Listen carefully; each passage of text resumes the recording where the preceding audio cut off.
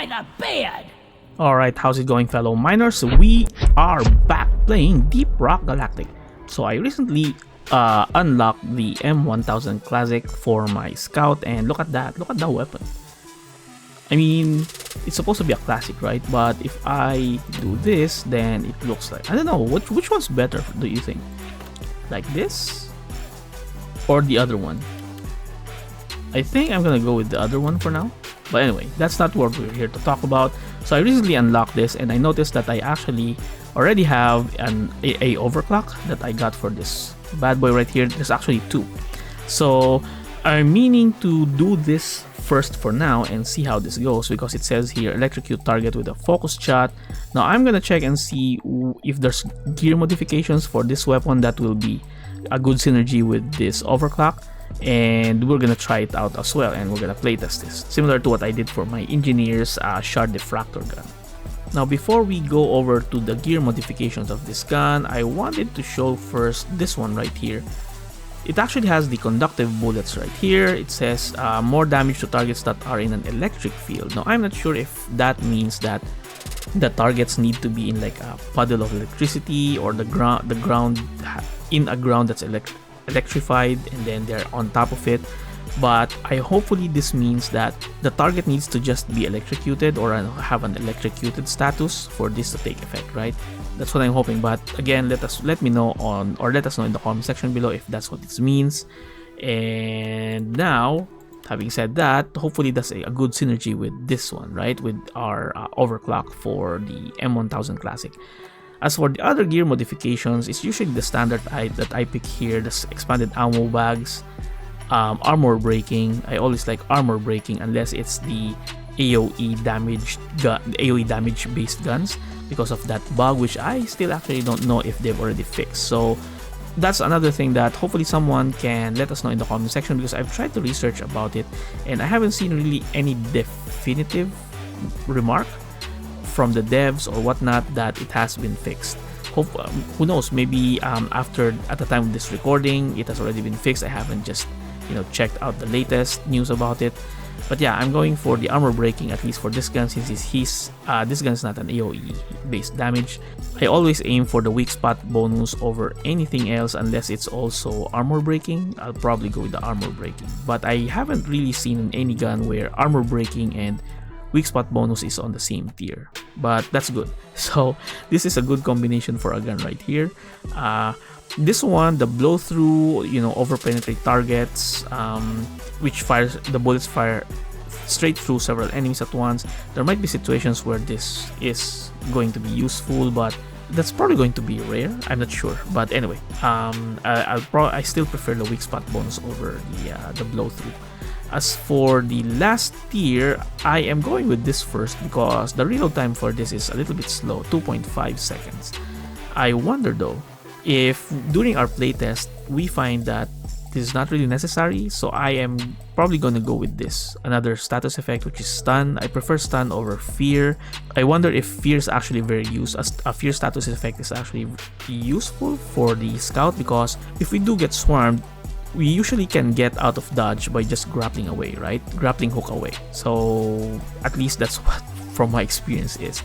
So yeah, we're gonna try this out and see how it goes. If it turns out that we don't need this, then I'm probably gonna go with the stun status effect right here. Alright, so that's the plan, and let's get into the game and try this bad boy out. Alright, let's start with the Praetorian. Boom! Oh my god, I can actually feel the knockback or the recoil right there. And against a couple of bosses, the Dreadnought right here. As you can see, I think I did a fair amount of damage to that guy right there. So if you can actually fire a focus shot against an enemy, if you have the time, especially with these hectic situations right here, as you can see, I'm fairly doing a good damage with the armor right there. And here's me unloading a clip. Oh my god. Alright, there you go. Now I had to pull out my secondary, but yeah, it packs quite a punch if you can actually do a focus shot, as you can see here, against another Praetorian, and unloading a clip now on the boss. Doesn't do much damage when you just unload the clip and not do a focused shot. But yeah, against bosses, and if you have the time to do a focus shot, it's great. Now there you go. For the softies right here, normally one focus shot would do the trick, but against swarms like these, yeah, I'd rather pull out the secondary unless they're far away like this. As you can see, one focus shot takes care of them. So there's a couple of non-focused shots right there, which is fine because they're softies. Here's going to be another example of being in a swarm or in a hectic situation and just trying to unload a clip without being able to do a focus shot. And I'm in a solo game here. So I think that's where this gun will shine, maybe, is that if you're in a group and there's some other folks that can occupy the attention of the bugs, right? Maybe you can have more situations where you can actually do focus shots. So unloading a clip again right here. So this last one, oh crap, I missed. So after several tests with this gun, what can I say about the M1000 Classic? I don't feel like this will be the staple gun for my scout. I do admit that whenever I fire this gun, especially in focus mode, it really packs a punch. You can really see the damage, the tons of damage it deals to the bugs. But I find that it's still very situational when I can use it. I know that the scout can use his grappling hook to zip away and then hopefully try to get a spot to get out that focus shot, but more often than not, there's just tons of bugs out there and you just get swarmed a lot more often than not. And yeah, like I said, it's very situational, but it's not just about the focus mode, right? So whenever I fire the gun normally, I do find that the recoil is just too much to be able to fire it in succession or rapidly, especially when there's tons of bugs. You can't just, you can't afford to fire the gun one at a time, and delay it 1 second just to avoid the recoil. Sometimes you have to rapid fire it, at least for me. Maybe being a noob like me, it's just how it is. I'd rather have the plasma carbine in those situations, and in a lot of situations in Deep Rock Galactic, you probably just have, or I'll probably just prefer to have the plasma carbine than this gun, unfortunately. As far as its not gear modification, it's overclock, the one that provides the electrocution, I really didn't notice it. Maybe it's there, but yeah, like I said, it wasn't noticeable for me.